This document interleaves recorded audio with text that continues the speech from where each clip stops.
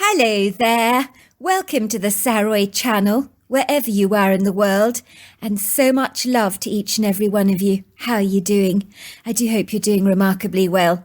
And go and spoil yourself. Get yourself a lovely hot cup of cocoa or something effervescent and sparkling to drink, because I've got a fabulous story for you tonight. And what is better than a good story? So before we settle down to listen to the story, don't forget to subscribe to the channel. Click the notification bell and the thumbs up. Dear Sarah, and all your lovely listeners. Oh my word, it's a perfect day for a barbecue, said Mrs. Asher to her husband Luton. You're not wrong about that. The weather is fabulous. She smiles contentedly as she glances out of the sliding doors of her porch that overlook her backyard at her fabulous home in Seattle, where her family lived in a vibrant up-and-coming green leafy neighborhood. The affluent detached houses in this neighborhood were all individualistic and unique in their varying architectural designs, from more modern ranch-style homes to Queen Anne and Victorian style. They had one thing in common. Most boasted large yards and generous entertainment areas. The pavements were richly lined with towering mature oak trees, with sculptural branches that grabbed the skyline hungrily, wearing sleeves of bright green, verdant leaves. They magnanimously shaded your walks down the street, on sizzling hot summer days, like lofty, verdant umbrellas. Sonia Asher's house was a symmetrical, traditionally classic-looking building, with generous-sized windows and sky-blue shutters, along with a grey slate roof. The weather was smiling warmly down upon her on this beautiful Easter morning, assuring her that her confidence about the weather was spot on. The sky was a cornflower blue. A soft sunlight was peeking sneakily through the clouds, caressing the earth kindly with showers of ethereal light that lit up the trees and flowers so that the backyard twinkled. Mrs. Asher watched the tiny little birds sailing above her, carrying grass in their beaks, bustling towards the trees to build their nests industriously. It was spring. You could see its indelible marks on the landscape, almost as if an artist had brought out a grey canvas and splashed it with a sprinkling of vibrant colours. All the flower beds in the backyard were ablaze with yellows, whites, pinks and purple perennial flowers, and the crab-apple tree, dogwood and magnolia boasted tree branches that were littered gracefully with a plethora of delicate blooms. The two very mature oak trees in the far corner of the yard that seemed to guard it like two centurions on duty, only weeks before had been barren and naked, but were now swathed with bountiful green fresh leaves. Mrs. Asher watched her husband Luton, ardently preparing the barbecue for their guests. He was placing the coals into the barbecue oven and igniting the firelighters to get it going well in advance, before the Richardson family arrived for lunch 3 hours later. She could see the white smoke billowing from the charcoal coals. She knew her husband was a dab hand with the barbecue, and today he would serve up the best burgers, marinated spare rib and spicy chicken wings that her guests had ever tasted. The Asher family had known the Richardsons for over 5 years, having connected with them through their own children, who were the same age as their kids were. The Asher family had 2 children, Edwin 7 and Alice 6. Her husband was in his early 40s and worked in the corporate world, and for someone who didn't get much exercise, he was in remarkably good nick. He was a well-built man, who carried himself well and was easy on the eye. She had often noticed the children's nanny, Jocelyn, watching her husband with an appreciative look, which had somewhat unsettled her, especially after both of her best friends had warned her that having such an attractive young nanny around the house wasn't actually a good idea. "She's very pretty," said Mrs. Asher's friend Sophie, when she'd come over to lunch one Sunday afternoon. "I wouldn't be happy having her looking after my kids. I'm much more comfortable with an old, ugly nanny around, but not a head-turner like her. I mean, you hear stories, don't you, of nannies having affairs with their employers' husbands, and it's not pretty. Let's just say, your Luton, well, he's an attractive man, isn't he? And I'm not being funny, but your nanny keeps looking at him very inappropriately when she thinks nobody is watching her. But I've noticed. I keep seeing her smiling at your husband a little too much. That would worry me if I were wearing your shoes. I'm only saying." Mrs. Asher had been outraged at her friend's insinuations and felt affronted by them. It was like both of her very best girlfriends were implying that her husband Luton could easily be seduced by a young woman well over 20 years his junior. That was ridiculous. The man was old enough to be the young girl's father. Sonia Asher trusted her husband implicitly, and they had a solid, steadfast relationship. Why, only the other day he had described Jocelyn as a slightly confused teenager. "Poor girl," he'd said. "She can be a bit dithery, can't she, at the very best of times?" "Honestly," Sonia told her friend Sophie, raising a scathing brow, "you watch far too much Jerry Springer. You should get your mind out of the gutter." "I beg your pardon," snapped Sophie indignantly.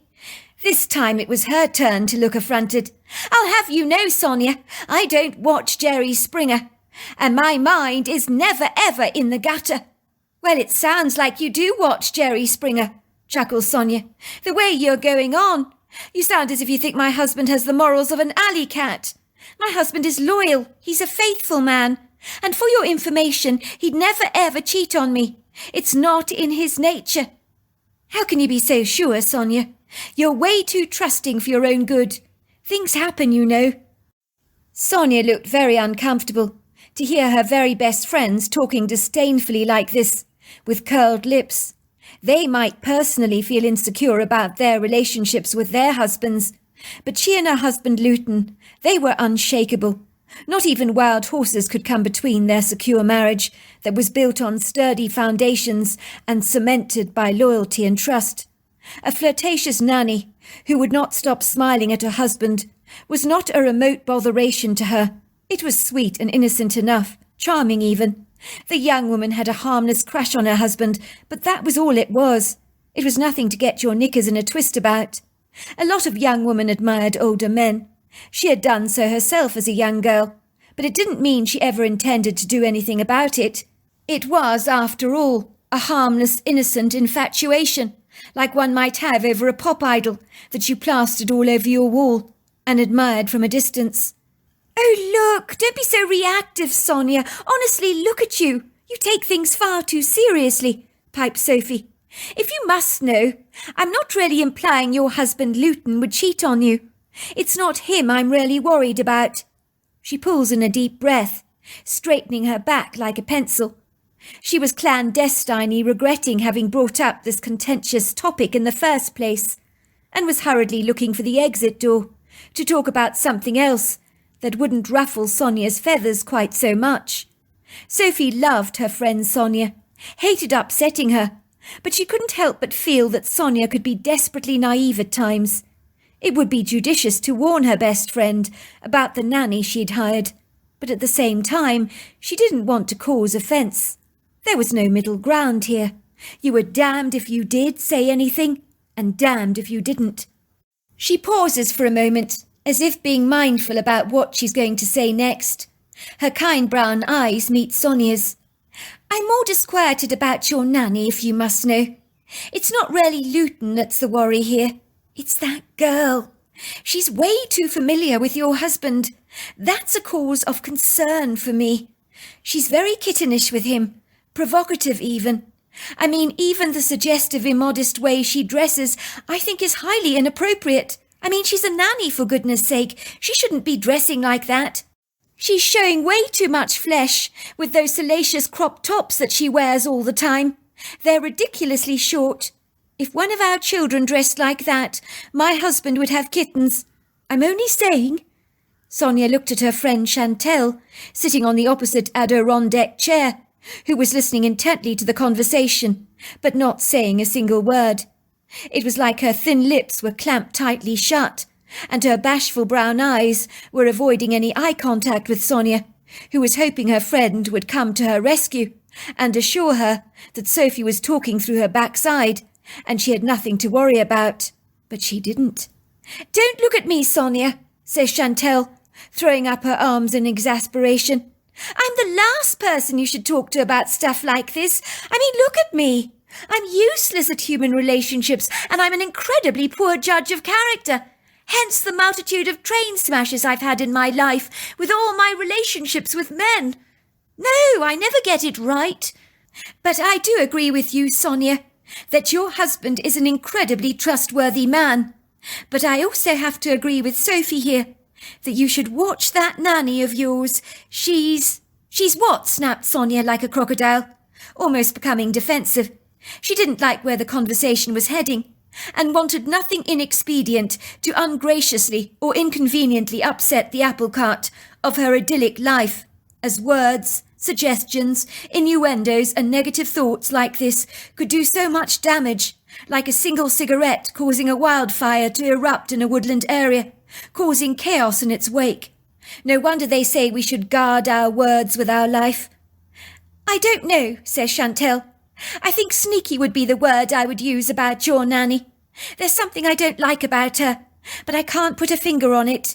I just wouldn't 100% trust her, that's all. Sonia had sighed heavily for a moment. Her fingers had trembled as she took a large sip of her Sauvignon Blanc. She appreciated the agreeable burn at the back of her throat, and the sweet woody nectar of the wine on her tongue. It anaesthetized the stunning sting of her friend's ominous words, that hung around her mind like a dusty piece of Christmas tinsel that needed to be brought down and discarded. She didn't want to be entertaining the thoughts her friends were inviting her to engage. Look, I know you both mean so well, and I appreciate it, I really do. You're my best friends, the both of you, and I value your benignant advice. But you're barking up the wrong tree. Granted, Jocelyn is a little flirtatious and out there, but it's just her outgoing, uninhibited, gregarious personality. She means nothing by it. I trust my husband. Besides, my children love the bones of her. She's an exceptionally good nanny, you know. It's a struggle to find anyone halfway decent to work for you these days.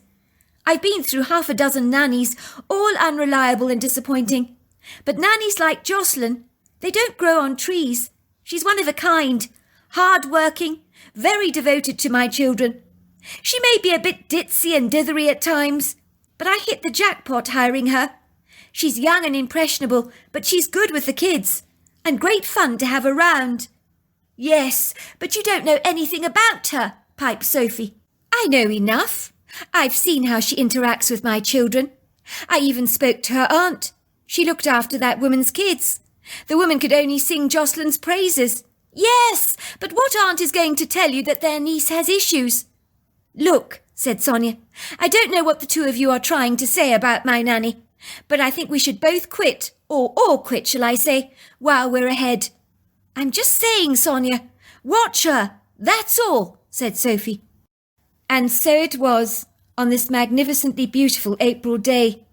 The warning comments from Sonia's sagacious friends were far from her mind, and long since forgotten about, rather like a dandelion seed that had been blown away in the wind to settle on more fertile ground, where it ultimately could take root. She meandered over to the staircase to call for Jocelyn. "Could you give me a hand, Jocelyn, with some of the salads?" she called out. "Coming, Mrs. Asher," came the young woman's voice. "We'll be with you in a tick." Sonia happily watched her 2 spirited children racing around the yard zealously, looking for their Easter eggs that she and Jocelyn had carefully hidden in the underbrush, in flower beds, pots, in trees, and in all kinds of nooks and crannies at the crack of dawn, before the kids had actually woken up, and when the grass was glistening with morning dew. She smiled when she heard their whoops and screams of delight. "I got a chocolate bunny!" she could hear her son Edwin crying out with pleasure. Moments later, little Alice whooped happily. "I got a chocolate chicken!" They industriously carried their little wicker baskets in their tiny hands and bustled around the yard enthusiastically, their faces wearing thrilled expressions as they ebulliently searched for all the coloured eggs that they could find. Sonia, who didn't know how to exercise moderation or restraint, had been as usual overly generous and brought far too many chocolate eggs. A frivolous mistake she repeated year after year, but she thoroughly enjoyed hearing the delighted shrieks from her children. Like any mother, she adored making her children happy, and her heart would flutter like a pigeon's wings when they were this animated. She could only hope they'd eat lunch today, and not get sick from overindulging in too much chocolate. She had not learnt from the previous Easter, when both kids had gone to bed with telltale chocolate stains smudged around their mouths, complaining bitterly of sore stomachs and not feeling particularly well. When Sonia had seen how many Easter egg-coloured papers were sprinkled magnanimously around the kids' room like confetti after a wedding, her heart had dropped. She wasn't surprised that both her kids felt rotten, if they'd eaten all those eggs. She decided that today she would try and encourage her kids to exercise moderation, if that were at all possible. But she was doubtful that her two energetic kids, who loved living in the moment, would know the meaning of the word restraint. Still, she'd try to make them see some sense. "What can I do?" said Jocelyn, entering the kitchen, giving Sonia a warm, breezy smile. She was wearing tight jeans that had fashionable long lines of rips along the knees. Sonia did not find her jeans to be at all attractive. I mean, who would want to wear jeans with rips in them, she had wondered. "It's the fashion, Mrs. Asher," Jocelyn had told her. "Everyone wears these ripped jeans. You buy them like that." Mrs. Asher had shrugged her shoulders in disbelief. "In my day, if I'd seen a young woman wearing jeans like that, I'd think she was so poor she couldn't afford to buy a decent pair." Jocelyn had laughed. "You're funny, Mrs. Asher. These jeans are super cool." This morning Jocelyn was wearing another one of her crop tops. This one was pink with lots of stringy tassels attached to it, and exposed way too much flesh as usual. Sonia grimaced inwardly. She didn't appreciate the way Jocelyn presented herself, but she knew better than to say anything about it. It was a free world after all. People could dress as they liked. "I was wondering, Jocelyn, if you'd help me make some salad dressing for the tuna salad." "But of course, Mrs. Asher," says Jocelyn, flashing Sonia one of her big smiles. She walks over to the pantry to retrieve the olive oil and balsamic vinegar, and whips up a combination of oil and vinegar, with mustard, honey and salt, and pours it over the tuna fish and chopped green salad. "How many people are coming for the barbecue today, Mrs. Asher?" "It's just the Richardsons and us," said Sonia. "They're bringing their 2 children along." Just as Sonia had anticipated, the day had gone swimmingly, where laughter and happy chatter had flooded the wraparound porch. Their little white dog, Tinkle, had bounced around the yard, barking at anything that moved, which had made all the adults laugh, as little Tinkle was now barking at a bush that was jiggling in the soft breeze, as if it was an undesirable visitor on the property that imposed a serious threat. "That dog of yours is hilariously funny," Jean Richardson was saying. "I can see he has no idea how tiny he is. I had a Pekingese like that growing up. He was a tiny dog called Crispin. He thought he was twice as big as any of the other dogs in the park. He genuinely had no idea he was small. He would charge every single large dog he could find, like Rottweilers and Irish wolfhounds. Crispin was confident and assertive and self-assured. He made the big dogs doubt themselves. They became intimidated by him. I remember he literally chased after this huge Doberman at the doggy park, and this massive dog was terrified." "That's hilarious," laughed Sonia, taking a sip of her wine, while she could hear her husband chatting garrulously to Philip Richardson about golf and the last time he'd got a hole-in-one. The kids ran around the yard, playing all kinds of games together, which involved happy screams of delight and the occasional bout of tears, when one child complained she'd been pushed over by another. Mrs. Richards' 7-year-old daughter Bella came tottering up to the adults in her white tights and tiny tartan dress, with tears spilling down her chubby cheeks. Mummy! Edward pushed me over on purpose! I fell over, Mummy!" "Edwin," snapped Sonia, "come here right now, young man." Edwin looked bashful. He trotted over to the table, his face avoiding Sonia's eyes, which told Sonia at once that her son was guilty as charged. "Edwin, is this true? Did you push little Bella over? I want you to apologise right now, young man." Edwin hung his head in shame, as all the bemused adults watched him behind their glasses of white wine, their plates now stripped clean from the delicious sticky barbecue, with only the remnants of a cleaned-up corn cob left on most of the plates. Edwin looked up at his mother defiantly. "She's a stupid little girl, Mummy. She doesn't like getting her hands dirty. She's a little sissy." "I'm not a sissy, Mummy. I'm not a sissy," cries Bella. "Edwin," piped Sonia, looking at her son with raised eyebrows, "are you going to apologise to Bella or not? Or do you want to go to your bedroom right now?" Edwin looked shamefaced, his face flushing bright red. "I'm sorry, Bella." "You're sorry for what?" asked Sonia. "I'm sorry for pushing you over, Bella, and for calling you a sissy." It was at the end of a long day, when the Richardsons had finally left the barbecue and gone back home. Sonia was now in the kitchen, washing up the long-fluted wine glasses in soapy suds at her kitchen sink. She knew placing them in the dishwasher would not be wise, as the fine glass would likely break. All of a sudden Jocelyn came bounding into the room, her eyes now filling with tears. Sonia suppressed an inward sigh. She was exhausted after the screaming kids all day, and now she had a sobbing 20-year-old to contend with. This was all she needed, but she managed to restrain the inward frown from appearing outwardly on her face. She stopped drying up her glasses and rushed over to the troubled young woman, throwing her arms around her to give her a warm hug. "What on earth is wrong, Jocelyn? Are you all right?" "I can't tell you. I can't tell you," she splutters, the tears trailing down her cheeks, which she wipes away with her fingers. The young girl looks most troubled. Sonia had never seen her so distressed before. She was an easy-going young woman at the best of times. It was out of character for her to be this upset.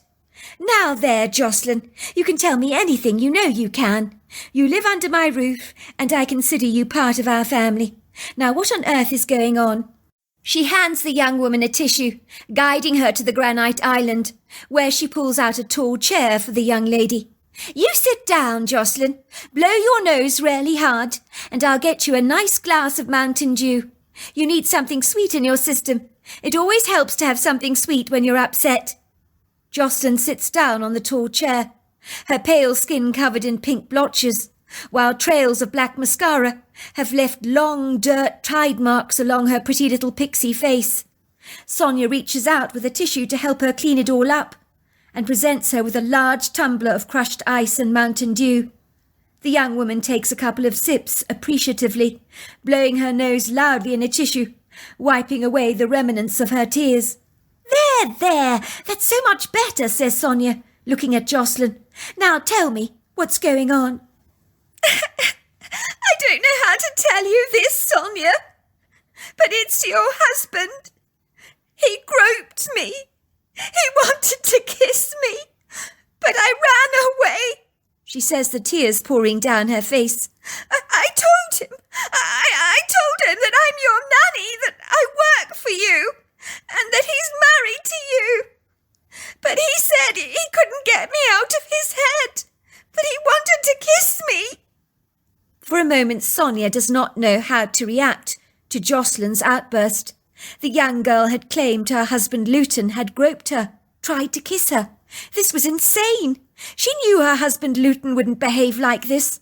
But an anger that refused to give her husband the benefit of the doubt came thrashing through her mind like a bulldozing elephant, and Sonia became inflamed with fury. "I'm so sorry, Jocelyn. I don't know what to say. Luton had no right to touch you like this so inappropriately. You're 20, for God's sake.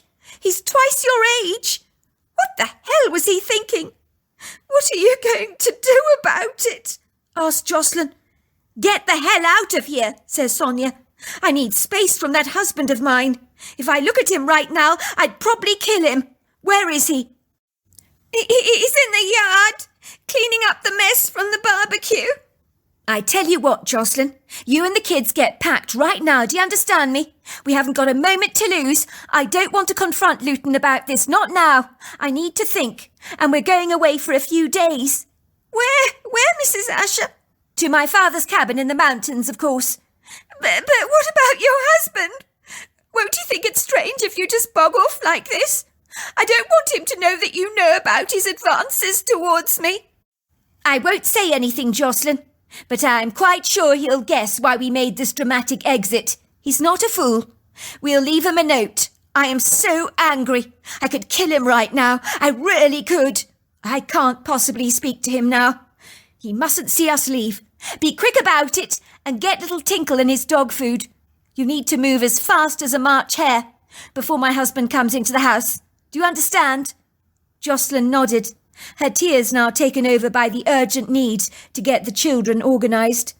Sonia and Jocelyn worked as fast as they could to get everything packed, while the two bemused kids were belted into the back of Sonia's truck. She left a message on the refrigerator in her kitchen which said, "Dear Luton, gone away for a few days with Jocelyn, kids and Tinkle. Don't you dare get in touch. Need space and time to think. I know what you've done. I'm furious. Sonia." "Mummy, where is Daddy? Why isn't Daddy with us?" asked little Edwin as the truck drove out of the twinkling bright lights of Seattle in the early evening, where there was only a sprinkling of trucks on the road, and things seemed reasonably quiet. But this was Easter, and people were possibly relaxing back at home. But as she travelled further on into the night, she noticed a lot more trucks on the road. "He's not coming with us, sweetheart. He's got way too much work to do at the moment. We're going away for a few days, that's all. It's going to be fun, lots of fun, and you're going to see your grandfather."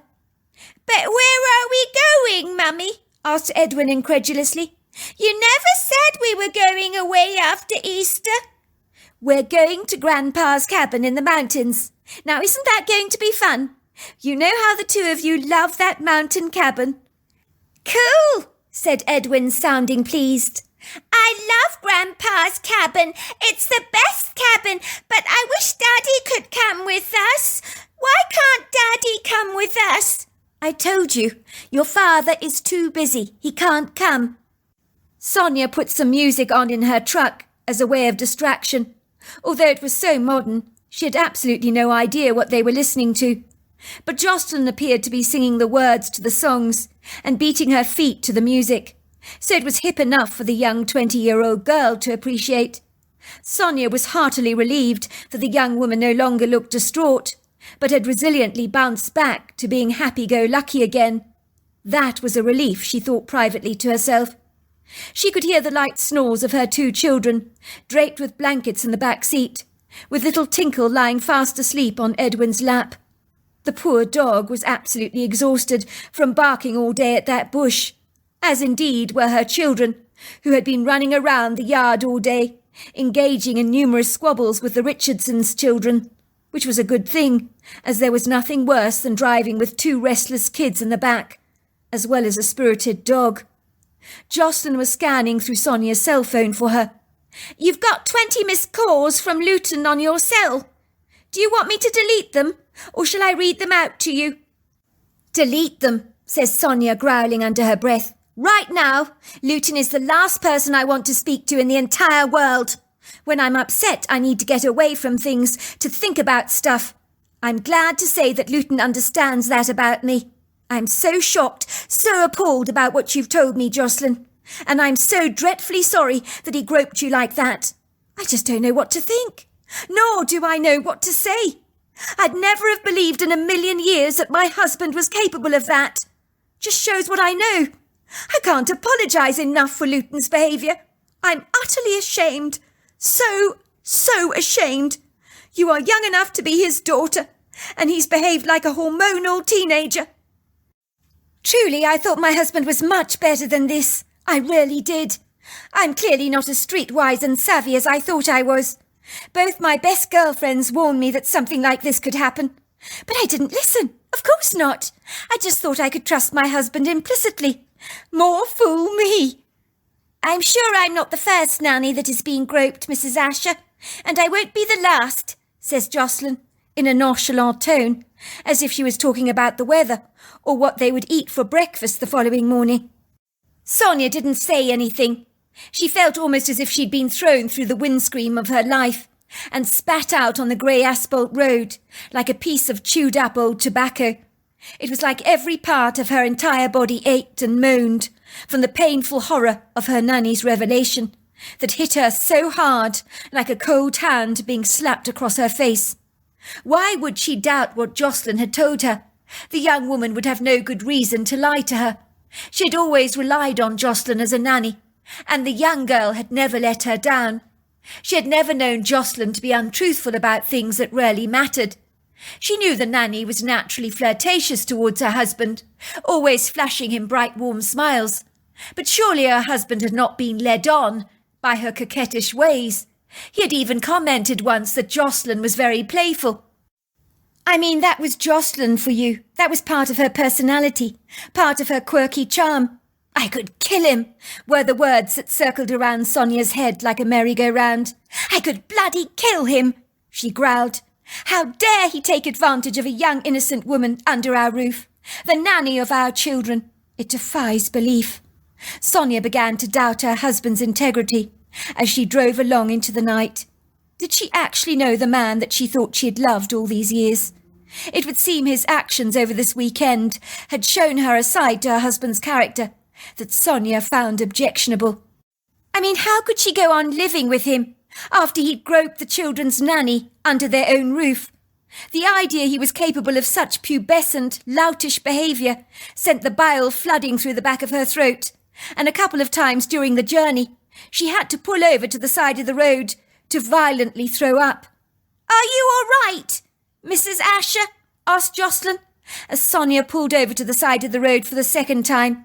I'll be fine, said Sonia, her face as white as a ghost, her stomach churning like a washing machine. She hurriedly bounded over the guardrail towards the stoic silhouettes of some dark bushes and began to violently throw up the contents of her stomach. Her face began to sweat, and the bitter bile that spewed up was repungently vile, but she felt better for the release. She composed herself, wiped the beads of perspiration away from her forehead, and staggered back to the car, wobbling somewhat awkwardly on her less than steady legs. She felt slightly dizzy, as if she'd been thrown around a roller coaster. The journey was not exactly a short one. It would be about an 8-hour, 45-minute drive from Seattle to Cascade, which was just over 500 miles. But they had left at 6, and if Sonia drove through the night, they could be at her grandfather's cabin past 3 o'clock in the morning, if they made good timing. Sonia was a proficient driver. She'd been the daughter of a trucker, and had often gone on long-haul truck trips with her dad as a little girl, and as a teenager had learnt to drive her father's truck, often in the wee early hours of the morning and late at night. She and her father had some great experiences in that truck of his. By all accounts, driving for 8 hours was a doddle, although tonight she was not on top form, with her emotions flying all over the place like the leaves around a leaf blower. Still, it was good to be able to focus on the road and not to think too much. Sonia's husband's face kept coming into her mind, like the proverbial boomerang. She could feel the anger coursing through her veins, like an unrelentless angry wave thrashing against the rocks, again and again and again. Sonia wondered what her husband was thinking back at their house in Seattle. Did he have any remorse for what he'd done? She hoped he was stewing in his own juices of shameful regret. Where did they go to from here, she wondered. She needed to talk to her father about this, as he would know what she should do. Sonia was very close to her father, who had a wise head on his broad, reassuring shoulders, and had always offered her the most sagacious advice. So there we are. That's the end of part 1. Part 2 is tomorrow night, and it's terribly, terribly exciting, so don't forget to tune in. Until next time, goodbye and good night.